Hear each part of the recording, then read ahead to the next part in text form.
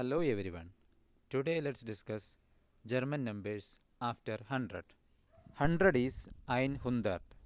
101 is 101. 101 is 100 plus 1. So 100 is 100 and plus 1 is 1. So 101 is 101. 102 is 100 plus 2. So 100. 103 is 103. 123 is 100 plus 23.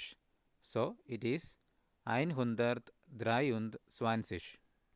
135 is 100 plus 35. So it is 135. 200 is 200, 300, 300, 400, 400, 500, 500, 600, 600, 700, 700, 800, 800, 900, 900. Let's take another examples. 235, 200, 35. 257, 257. 348 is 348. 479 is 479. 1000 is 1000. 1234 is 1234.